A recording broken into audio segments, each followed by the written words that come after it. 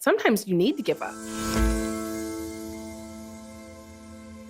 I have looked like the person that has nothing going for them.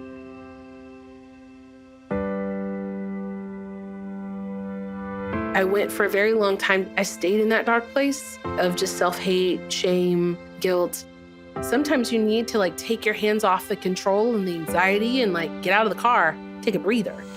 What would you say is the most important first step to take if they were to want to manifest more of what they wanted into their life? A lot of times we're trying to manifest out of inauthentic desires, things that we think we're supposed to want, or things that the society says is you're supposed to have a Gucci bag, you're supposed to drive this car. Realize that my fear is what's keeping me from my manifestation.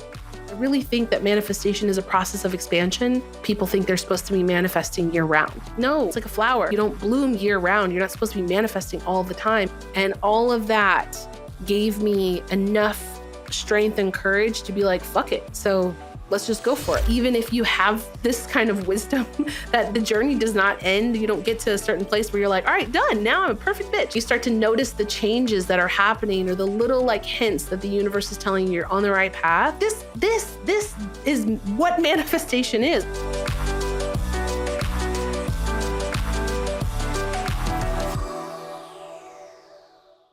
Alea Lovely, welcome to the Ginni Show.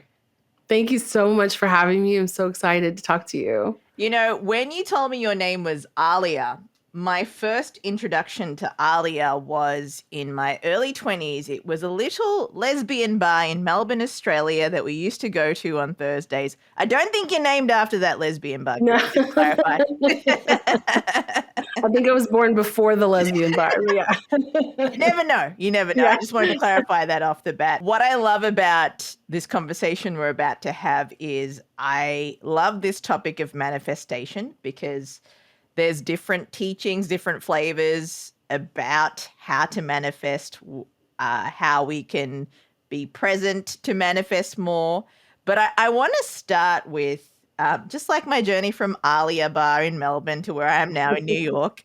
I want to hear about your personal journey, Alea. Can you share what your personal journey is with manifestation and what led you to really explore this practice? So when I was younger, my mom, unbeknownst to her, was teaching us manifestation.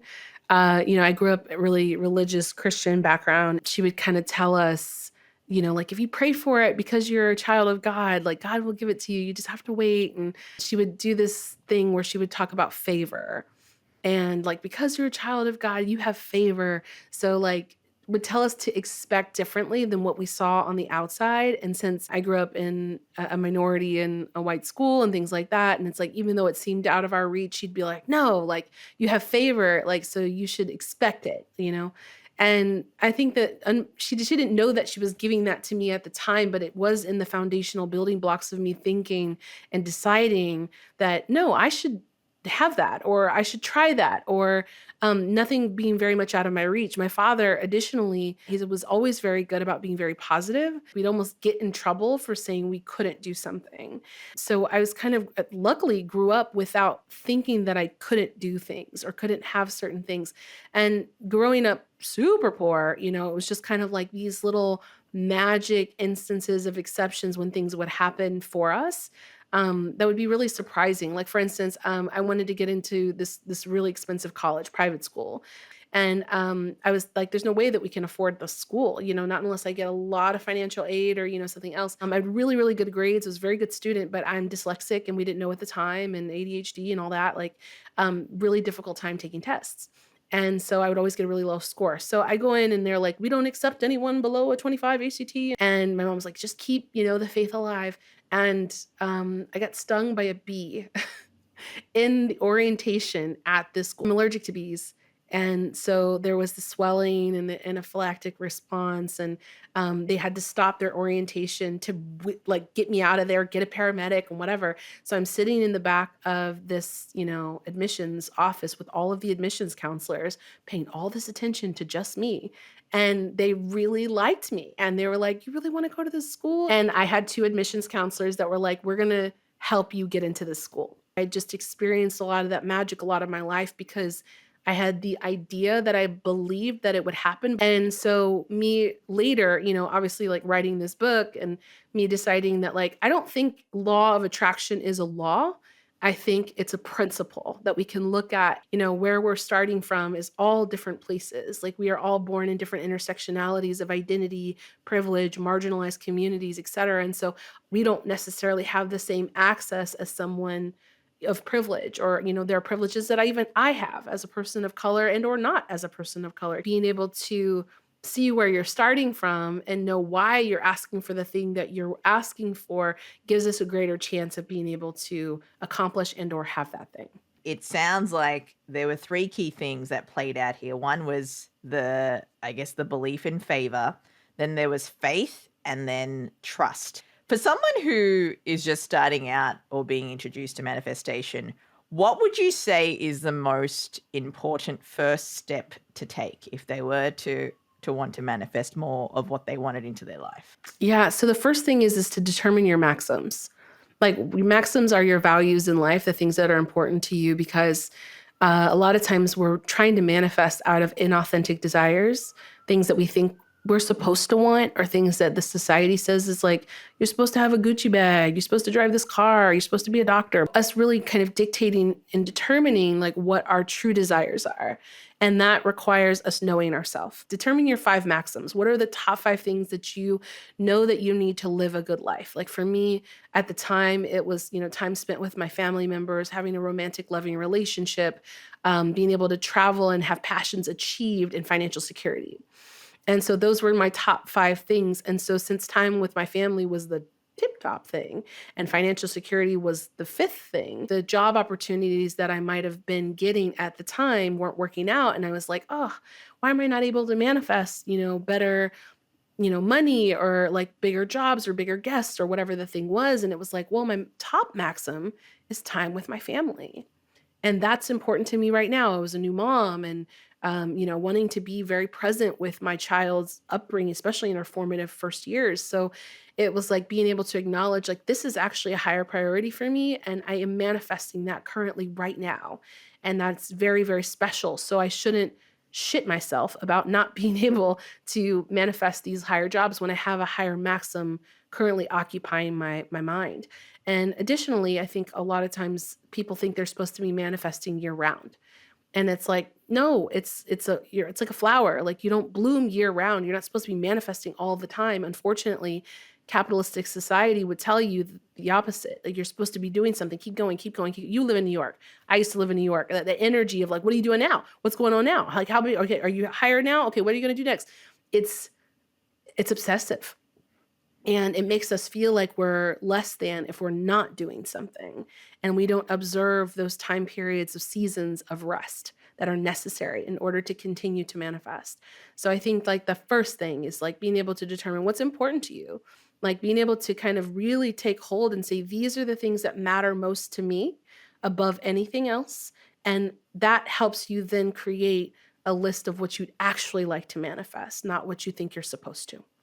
I love that you talked about rest and the seasons, but especially the grounding energy that you're talking about manifestation, because it's not that you have to manifest all year round. What your 5 maxims are in this moment right now. And I think when that continually shifts, you're giving the universe the principle of attraction mixed messages, right?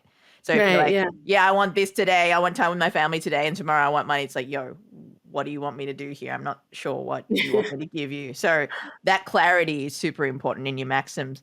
I love that you mentioned that as a first kind of entry point into manifestation too. What do you believe is the most effective manifestation practice? I happen to have something called the Imagine Method. If you are listening to this and not watching this, I've just took my book out. Yeah.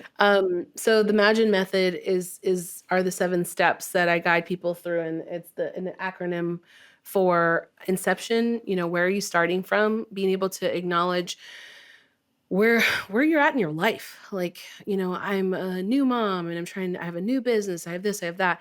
And not comparing where anybody else is at, but just being able to acknowledge and accept where you're at and where you're starting from, because we do not live in a fair world. It's like being able to say, this is where I'm at, and this is where I'm acknowledging I'm at. This is what I've been through. like, this is what I've had to go through. These are my narratives. This is my trauma. These are my triggers. Having to do some of that self-work is really important to the beginning stages of learning how to manifest, because a lot of times people will find themselves trying to manifest something that's 4 years ahead of their time, or 4 years ahead of their wisdom, or 4 years ahead of their work. And they're like, well, it doesn't work for me. And it's like, okay, well, you can also be living in a war-torn country. And it's like when shit's really going down and you don't even have your basic needs met at that point. So it'd be very difficult to even think about manifestation in that space, right? So Yeah. being able to acknowledge where you're starting from gives you at least a foundation to give you off a jump off point to say, okay, I'm not necessarily in a place to manifest. I'm in a place of rest. I'm in a place of recovery. I'm in a place of, reflection instead of in a place of doing, because manifesting is an action based thing. So like, what do you want? Like, try to figure out what you want. But a lot of people don't actually know what they want, which is why the maximum process is important, because I think sometimes we're waiting for someone to tell us what we want or who we're supposed to be. And being able to define that for ourselves is really empowering, because it's like, oh, wait, actually, I do not want a giant mansion and a yacht. I do not want Yeah. to wear these clothes or do these things or have this type of job. It is very deep, I think, very deep discovery process. So then you have the A, which is anti-belief. Now, to me, this is an incredibly important part of the step, because it's like, I want this thing, but I can't have it because. Why can't I have it? I can't have it because of systemic racism. I can't have it because I live in a war-torn country. I can't have it because I have negative beliefs about myself or limiting beliefs about myself. I can't have it because I have illness. I can't have it because I just am like too attached to my story, you know? So there are very real reasons why you might not be able to have something, but there are also very false reasons why you might not be able to have something, or might not be able to have something right now. So say it's a partner you're trying to generate, and that depends on another person. Yeah. They have to also be in the right part of their life. And so I have some clients that I work with where they're like, they're never coming. I'll never have it. I never can be good enough for, and I'm like, wait, wait, wait. What if the perfect person for you isn't ready yet? What if they're still going through their shit, but they're perfect for you? If you knew in 4 years, you would be with the perfect person for you and y'all would settle off into the sunset for 40 years. If you could just wait in that time period, would you be okay with that? Is it a timing thing, or is it a narrative thing? So we look at those beliefs, those anti-beliefs, I can't have that, and try to evaluate, is that the truth or is that the story I'm telling myself? And then you go into growth, which is like, how do you apply that principle? What changes need to happen in your life in order to do that? I have a very important story around this one. I have always struggled with my weight since college. When I was in college, short version of the story, I was kidnapped and sexually assaulted. And like in that experience, and in my head, I'm like, it could have gone so much worse than it did, but it was enough to change how I felt about myself and my safety. And so I put on a lot of weight. And in that space, I continued to tell myself, you're lazy, you're disgusting. Why can't you lose this weight? Whatever, as I got older and older and older, just forgetting about disassociating with that experience. But my top maxim to my body was safety. And because I had grown up with those narratives of like, you're tempting men with, your Ugh. boobs. And I'm like, I'm 12. Like, I don't know nothing about boobs. They just happen to come out of my body. Like, that my body was problematic. So I make my body unattractive to society anyway, in order to stay safe. So when I'm trying to then lose weight or do something with my weight, I will always find a way to sabotage, because my top maxim is safety, not weight loss. And it didn't come to me actually until I was writing this book, Mm. where I was really starting to process out and remember some of those memories. I couldn't even remember his face until then. It'd been 30 years, 20 years. And I was sitting there and I wrote out the comment, I am more afraid of men than I am death by bad health. I'm more afraid of men than I am of Wow. death due to bad health. And Wow. that statement gave me my power back. Because in that moment, I realized that my fear is what's keeping me from my manifestation. My need for safety is higher than my need for a banging bod, right? And so then suddenly I just sobbed. I like all this forgiveness that I had for that girl, for her. Like, she just was doing the best she could to cope with what happened to her. Mm. And being able to be in that space, whew, the growth. just the growth of being like, I understand now why when I get to a certain tipping point, I quit. Why when I like get up, it's like suddenly the battery that I had to do all these things was gone. And starting to rework and rewire that relationship with myself, which then leads us into the next step, which is integration. So it's the process of playing with that back and forth of like, all right, I'm in this growth point. Oh, I failed again. It's okay. How can I give myself grace through this process of what it is that I'm trying to manifest? Maybe it's a business, it's a relationship, it's like your weight journey or eating healthy, whatever. Like that grace that's necessary in the integration process. It doesn't stop. Like you don't learn it one time, you get over the hurdle and you're done. Like learning is never linear. It's Mm. always cyclical. It comes back and say, "Hi, me again. Did you learn that? We're going to go deeper this time, you know?" So being able to give yourself grace through that process. And then that next step is in, which is noticing. And noticing is so important because it gives us kind of like that little dopamine hit, that boost of like, all right, our spirit guides are here. I keep seeing these goddamn angel numbers again. You start to notice the changes that are happening or the little like hints that the universe is telling you you're on the right path. We got you. This is on its way. I remember when I was trying to manifest a partner, I was in Bali and I was doing some like deep shadow work. Everybody doesn't need to go to Bali. I just happened to go to Bali. Right. It's But I not an was eat, there. pray, love thing. It's just No, it was, but it it wasn't. was. Okay, Yeah. gotcha. So I felt the draw there, and so I went there, and I was in shavasana, like in this space of just like, why can't I meet somebody? Like, why is it taking me so long? Why is it so hard? And I got this memory of me being like, 9, 10 years old, and my parents telling me I couldn't do gymnastics anymore.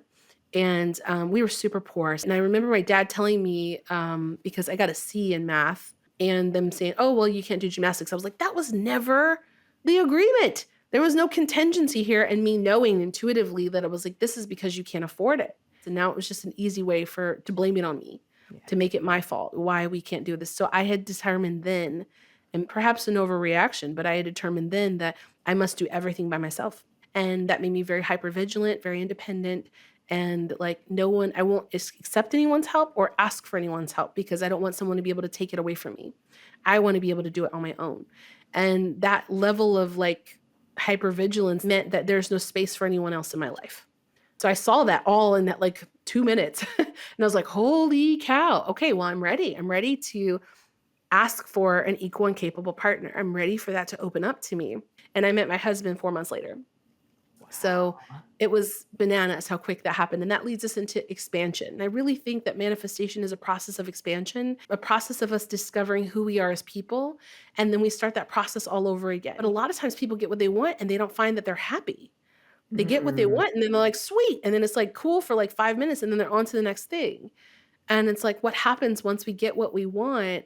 We've expanded, we've grown. So now that process starts all over again. So we are living in a beautiful, incredible house that I manifested. I used to drive by this house every day on my way to work. And when me and my husband decided we were going to buy a house, I was pregnant, and the house that we were going to buy, the sewage line broke or something, and we had to pull out of the deal. But I had had a dream before then that we had a house with a red roof. So the day that house had the sewage breakage and we backed out of that house, this house came on the market.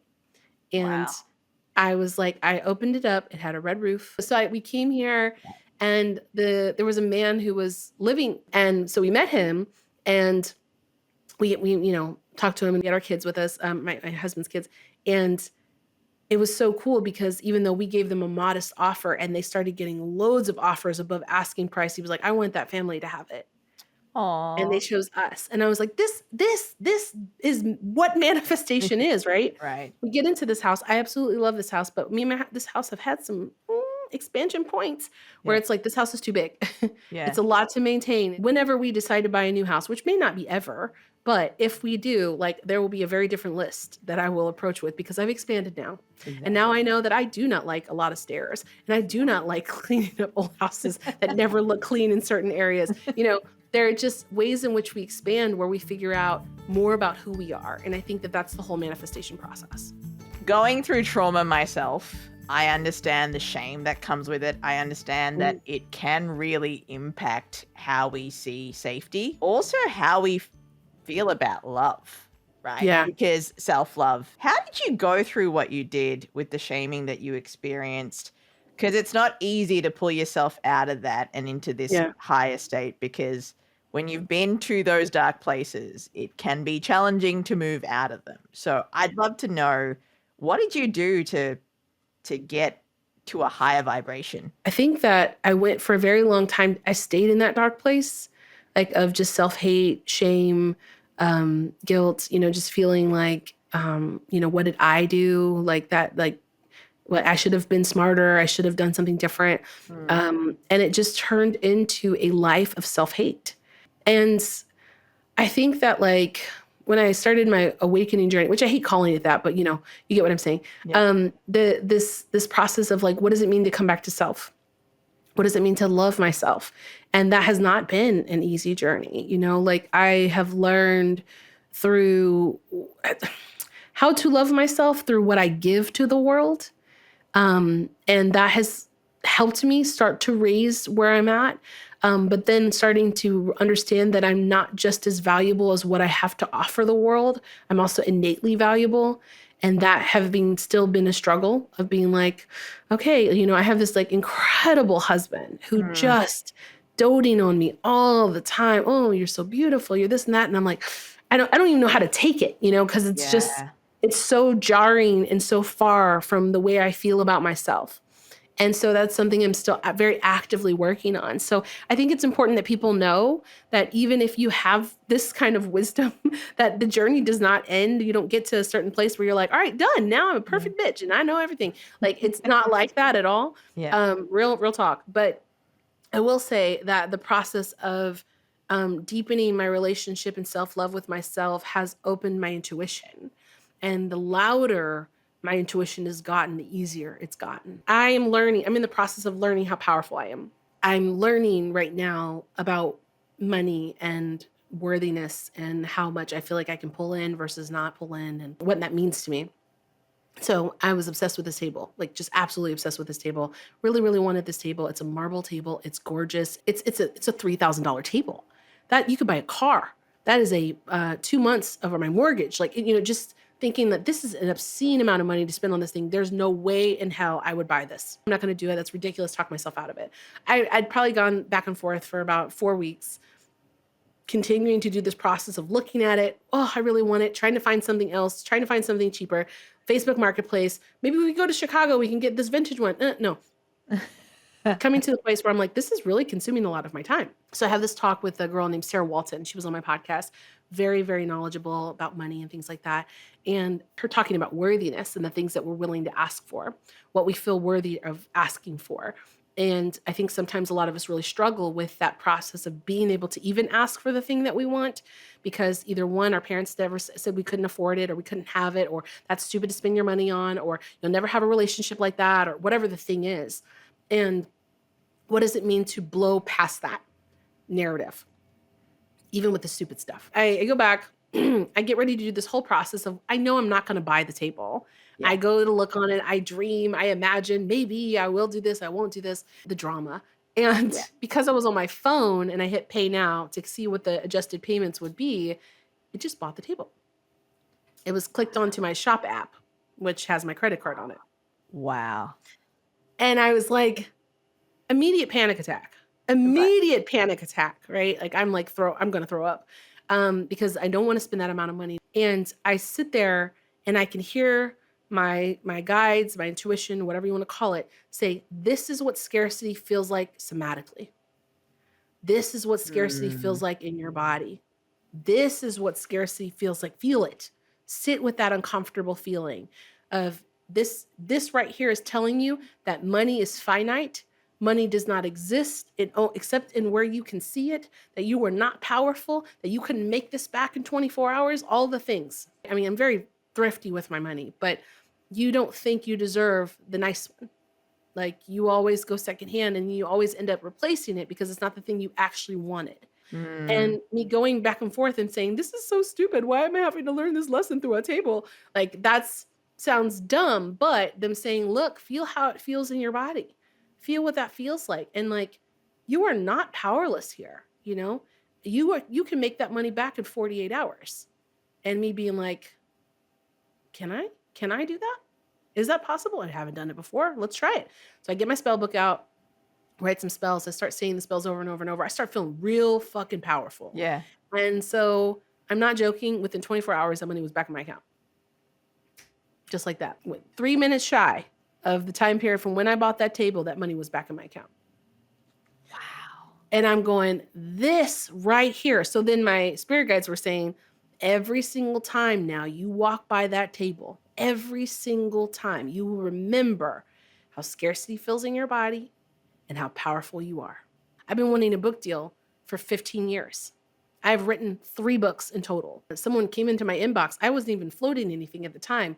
Someone from Hay House had caught my podcast and said, would you like to collaborate on a book? And that was it. Wow. Done. But if I hadn't written the first book and had it flop tremendously, waste $14,000, write a second book that I wrote because it was a book I needed to read that helped me heal, but didn't do, maybe sold 100 copies. Like if I didn't do that work first and building that, like this, I don't think would have happened. Wow. But sometimes we're just like, we're not in a space where we're ready to wait. So that's one of the limiting beliefs I would say that people have when trying to manifest their desires, right? They're like, well, I've done all of this stuff, and they kind of get to the point where they give up. Yeah. Do you have any tools of how to overcome that when you hit that ceiling of, I've done everything you told me to, Alea, I imagined, I'm hitting the roof. I think staying open is really the biggest thing, because like sometimes you need to give up. Yeah. Sometimes you need to like take your hands off the control and the anxiety and like get out of the car, take a breather, you know? And I don't mean give up. Like, 'cause sometimes I think that like the idea of giving up is different, you know, because it comes with defeat. I would say taking a break is probably the better way to say that, because like I didn't pursue another book situation for 4 or 5 years. And I was like, I know I have a book in me. I have like 5, 6, 10 books in me. But like, you know, until then, like I'm going to work on this instead or whatever. And actually it makes sense why this would have been the perfect time, not when it happened beforehand. Like, I don't even want anybody to look up my other books now. Yeah. I'm like, ooh, shit writing. It takes those failures sometimes to be able to learn more about what we do want. And, I don't know, we live in such a microwave culture. It's difficult sometimes to be like, it's going to take time. I have looked like the person that has nothing going for them. Yeah. And all of that gave me enough strength and courage to be like, fuck it. Like, I got nothing to lose. So let's just go for it. You know, like, I think that because I've been outside of my comfort zone enough, then it was like all of those things kind of came into play because I was willing to risk it all. And I think sometimes it's difficult for when we're worried about what we're going to lose, that we're not willing to risk what we want or what we have for what we want.